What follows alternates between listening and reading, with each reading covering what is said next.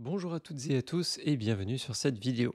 Aujourd'hui, on va voir ensemble comment collaborer, comment travailler avec d'autres personnes sur un même projet Unity avec GitHub. Il y a quelques semaines, je vous ai proposé une introduction à Git autour de Unity et on y a notamment vu comment configurer un projet Unity avec GitHub, comment créer des commits et comment synchroniser les modifications avec les serveurs de GitHub. Cela nous permet notamment de pouvoir récupérer le projet en cas de problème ou de revenir à une ancienne version, mais cela ouvre également la porte à la collaboration. Et oui, vous connaissez le dicton, tout seul on va plus vite, ensemble on va plus loin. Je vous propose donc aujourd'hui de reprendre là où on s'est laissé la dernière fois. Vous l'avez donc compris, je vous recommande d'avoir vu la vidéo précédente sur le sujet. Et aujourd'hui, on va ouvrir notre projet Unity à la collaboration. On va donc pouvoir travailler à plusieurs sur un même projet. Nous voilà donc sur la page GitHub du projet qu'on avait configuré la dernière fois et sur lequel on avait effectué quelques modifications que l'on retrouve notamment ici dans le menu des commits. Je souhaiterais maintenant inviter une autre personne à travailler avec moi sur ce projet. Je vais donc tout d'abord me rendre dans Settings, puis Collaborators, et je vais ensuite pouvoir cliquer sur Add People. On peut retrouver une personne par son nom complet, son pseudonyme ou son adresse email. Bien entendu, la personne que vous souhaitez inviter à collaborer avec vous doit avoir un compte GitHub. Pour rappel, c'est entièrement gratuit. Dans mon cas, j'ai spécialement créé un compte pour cette petite série de vidéos, donc je vais le rechercher ici, il s'appelle TUFR2. Assurez-vous que la personne que vous ajoutez est bien la bonne, chez moi c'est le cas, je peux donc sélectionner cette personne et cliquer sur Add TUFR2 to this repository. On peut donc voir que cette nouvelle personne a été ajoutée ici à la liste des collaborateurs, et pour l'instant, on peut voir qu'on attend effectivement une réponse de sa part. On va maintenant se mettre dans la peau du collaborateur, donc de la personne que l'on vient d'inviter. Cette personne, en se rendant sur sa boîte mail associée au compte GitHub, devrait avoir reçu un nouveau mail qui devrait ressembler à celui-là.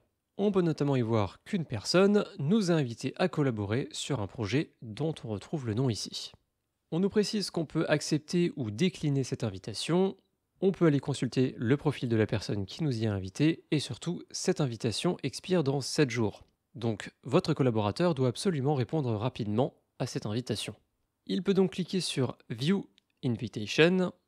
Il faudra se connecter à son compte GitHub si ce n'est pas déjà fait et ensuite, il verra une page comme celle-là avec l'invitation à la collaboration et la possibilité d'accepter ou de décliner l'offre. Bien entendu, aujourd'hui, on va accepter cette invitation pour pouvoir travailler à plusieurs sur le projet qui apparaît maintenant sous les yeux de votre collaborateur.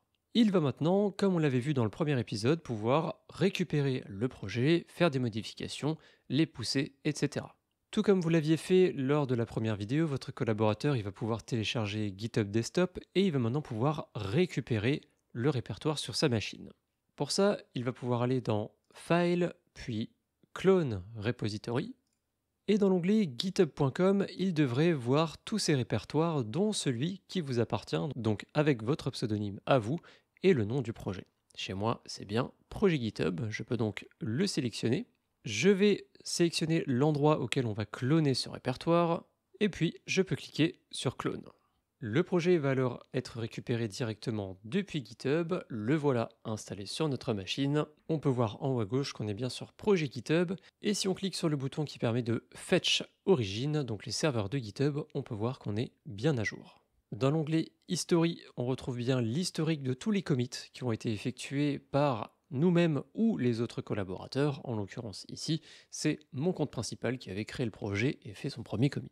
Cela veut dire maintenant que ce projet Unity, eh bien, je vais pouvoir l'ouvrir, moi, en tant que collaborateur qu'on a invité à travailler sur ce projet, et y faire des modifications. Sur Unity Hub, je vais donc pouvoir cliquer sur Add Project from Disk. Je peux me rendre à l'endroit où j'ai cloné le répertoire, donc chez moi je l'ai mis dans Téléchargement, Exemple GitHub, et le voilà, projet-github. Add Project. Il apparaît alors en haut de la liste et je vais pouvoir simplement cliquer dessus pour l'ouvrir. Me voilà donc en tant que collaborateur sur le fameux projet qu'on avait créé la dernière fois. On y avait ajouté une scène, la sample scene, avec juste un cube ici qu'on avait appelé player. On a donc effectivement bien accès au projet et au projet à jour. Je vais effectuer en tant que collaborateur ma première modification. On va encore une fois faire quelque chose de tout simple. Je vais créer un nouveau matériel que je vais appeler red, dont la couleur correspondra à son nom et je vais glisser ce matériel sur mon player. Me voilà arrivé à la fin de ma journée de travail. Encore une fois, ça a été une journée très productive. J'ai modifié mon joueur, j'ai fait des modifications dans le projet. Je vais donc pouvoir créer un commit et l'envoyer sur les serveurs de GitHub. Je vais donc retourner dans GitHub Desktop. On peut y voir effectivement la liste des différentes modifications qui ont été effectuées. Je peux donc créer mon commit en lui donnant un titre comme on l'a fait la première fois. On peut éventuellement ajouter une description mais c'est optionnel et je peux ensuite cliquer sur Commit to Main. Mon commit a été effectué en local, mais comme je vous l'avais expliqué, pour l'instant ce n'est que en local, il ne faut pas oublier d'appuyer sur le bouton que vous avez là-haut, Push Origin, qui va vous permettre de pousser le commit sur GitHub, sur les serveurs. En me rendant à l'adresse du projet en question, on peut voir qu'effectivement il y a 1 minute, il y a un nouveau commit qui a été effectué, et en se rendant dans l'historique, on peut effectivement constater qu'aujourd'hui, le 1er octobre, il y a bien un commit qui a été fait pour changer la couleur du joueur à du rouge. Et comme l'indique la ligne juste en dessous, on peut voir que c'est bien TUFR2 qui a effectué ce commit, à savoir donc le collaborateur que j'ai invité en début de vidéo. On a donc maintenant 2 personnes différentes, 2 comptes GitHub différents qui peuvent travailler sur un même projet et qui peuvent chacun effectuer des commits et donc avancer sur un jeu en parallèle. On va voir une dernière chose, je vais me remettre dans la peau de l'utilisateur initial, Tuto Unity FR, celui qui a donc créé le projet et invité un collaborateur, et on va voir comment les changements faits par un collaborateur vont pouvoir être récupérés sur notre machine. En me rendant sur mon GitHub Desktop à moi, vous pouvez voir que je suis bien sur projet-github, donc bien sur le bon projet. Par contre, au niveau de l'historique, je n'ai que mes modifications à moi, faites il y a 2 mois. Les modifications de mon collaborateur ne vont pas apparaître toutes seules. Pour ça, il est important, en haut à droite, de faire un fetch, pour récupérer les différences entre ce qu'on a nous en local, dans notre dernière version du projet, et la version du projet qu'il y a actuellement sur GitHub, et sur laquelle mon collaborateur a poussé ses modifications. En cliquant sur Fetch Origin, on va en fait juste effectuer une vérification, et effectivement, on peut voir que on a un commit de différence, un commit manquant chez nous. C'est d'ailleurs quelque chose qui est rappelé juste à droite ici. On nous explique que notre branche actuelle a un commit sur GitHub qui n'existe pas sur notre machine. Donc notre version du projet n'est pas à jour. Juste avant de faire le fameux pull origin pour récupérer ce qui nous manque, je vais quand même ouvrir le projet sur Unity pour vous montrer à quoi ça ressemble de mon côté. Je passe donc par Unity Hub, j'ouvre mon projet-github. Et effectivement, si on se rend sur la scène habituelle, on peut voir qu'on a bien notre cube, on a bien notre objet player, comme on l'avait fait la dernière fois. Par contre, on peut voir que le matériel rouge n'existe pas et il n'a pas été appliqué au joueur. C'est normal, on sait que le projet n'est pas à jour. Si je me rends maintenant sur GitHub Desktop et que je clique sur mon bouton Pull Origin, je vais bien aller récupérer le commit qu'il me manque. On peut voir dans l'historique maintenant qu'il apparaît bien juste ici. Et si je retourne sur mon projet Unity, que j'ai d'ailleurs laissé ouvert, on n'est pas obligé de le relancer à chaque fois, on me prévient par contre qu'il va falloir recharger la scène parce qu'elle a été modifiée de manière externe.